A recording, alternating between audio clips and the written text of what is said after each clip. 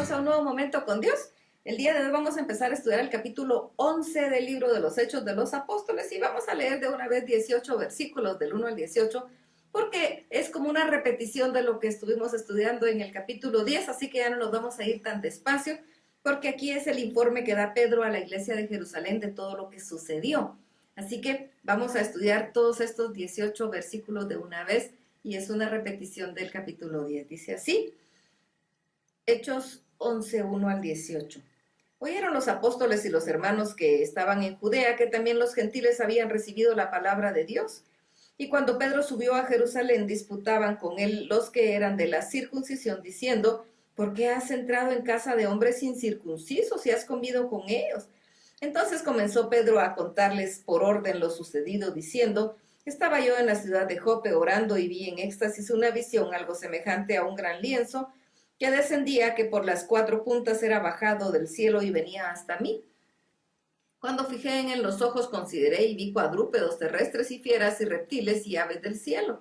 Y oí una voz que me decía: levántate, Pedro, mata y come. Y dije: Señor, no, porque ninguna cosa común o inmunda entró jamás en mi boca.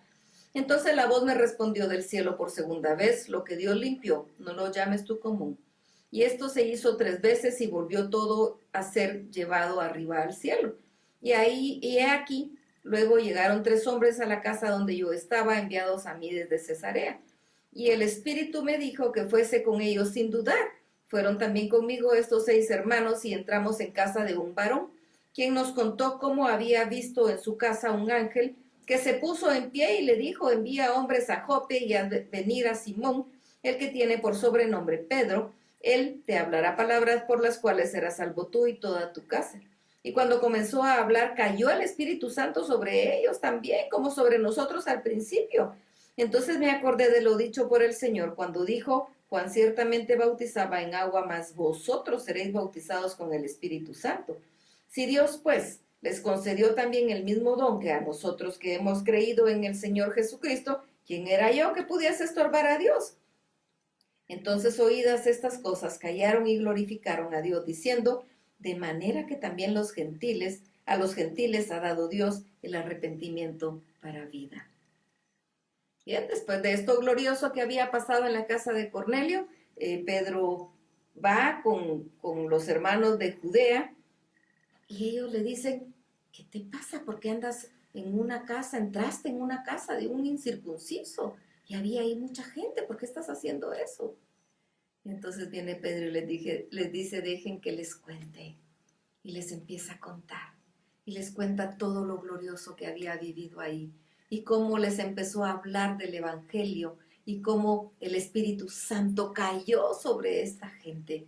Y entonces me encanta cuando él dice en el verso 17: si Dios pues les concedió también el mismo don que a nosotros que hemos creído en el Señor Jesucristo, ¿quién era yo que pudiese estorbar a Dios?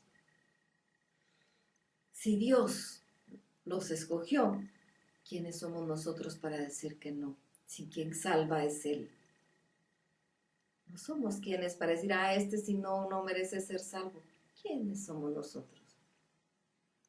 Si quien dio su vida fue Jesucristo. Y si Él nos alcanzó a nosotros, puede alcanzar a quien Él quiera. En este momento Pedro les dice: era también para los gentiles. Y la misma gente dice: oídas estas cosas, callaron y glorificaron a Dios, dice el verso 18, diciendo: de manera que también a los gentiles ha dado Dios el arrepentimiento para vida. Ellos no se pusieron a decir: no, los reglamentos dicen esto. ¿No se han dado cuenta que algunas veces los reglamentos y las normas hasta en nuestras propias congregaciones nos estorban? Porque son formadas y escritas por hombres, no por Dios. Y entonces nos chocamos con estas mismas instrucciones porque son dictadas por hombres. Porque si fueran por Dios no nos causarían problemas. Pero en ese momento, cuando vemos y entendemos que Dios es superior a las normas, y decir: Dios está sobre esto, ¿por qué no vamos a pelear por eso? Y dice: entonces también para ellos. Empezaron regañándolo, ¿por qué estás metido en esa casa? Y terminaron diciendo, también era para ellos. Por supuesto, no todos los judíos iban a tener esa apertura y eso provocó más pleito y eso provocó más persecución. Pero la iglesia crecía, rompiendo las barreras raciales judías, llegando a los gentiles. Y actualmente la iglesia sigue creciendo, sigue creciendo. Y tú y yo debemos seguir predicando si somos hijos de Dios. Y si no, este es momento para hacerlo. Puedes acercarte a Dios. Dios no hace acepción de personas. No importa que tú te sientas muy importante o te sientas muy bajo. Dios no hace acepción de personas. Él nos mira solo como personas. Y así nos ama. A pesar de nosotros mismos, nos ama. Y alcanza también a nuestra familia. Y no solo para vida eterna, por supuesto, ese es el mayor milagro, la vida eterna. También nos ayuda aquí. También nos ayuda aquí porque estando aquí ya no estamos solos.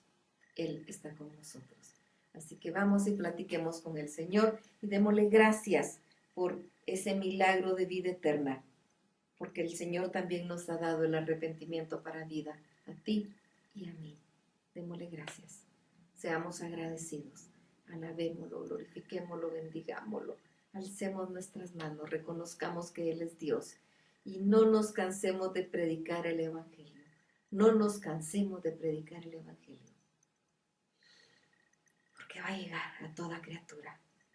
Y entonces es el fin. Y entonces viene Jesucristo para que se cumplan todas las promesas e iremos a morar con Él y tendremos vida eterna. Glorioso. Pueden pasar dos cosas. O Él viene o nos lleva. Ninguna de las dos tenemos fecha. Nos puede llevar en cualquier momento o puede venir en cualquier momento. Estemos preparados. Y mientras tanto, trabajemos. El tiempo es corto. Cristo viene. Vamos, hermanos, oremos. Dios los bendiga.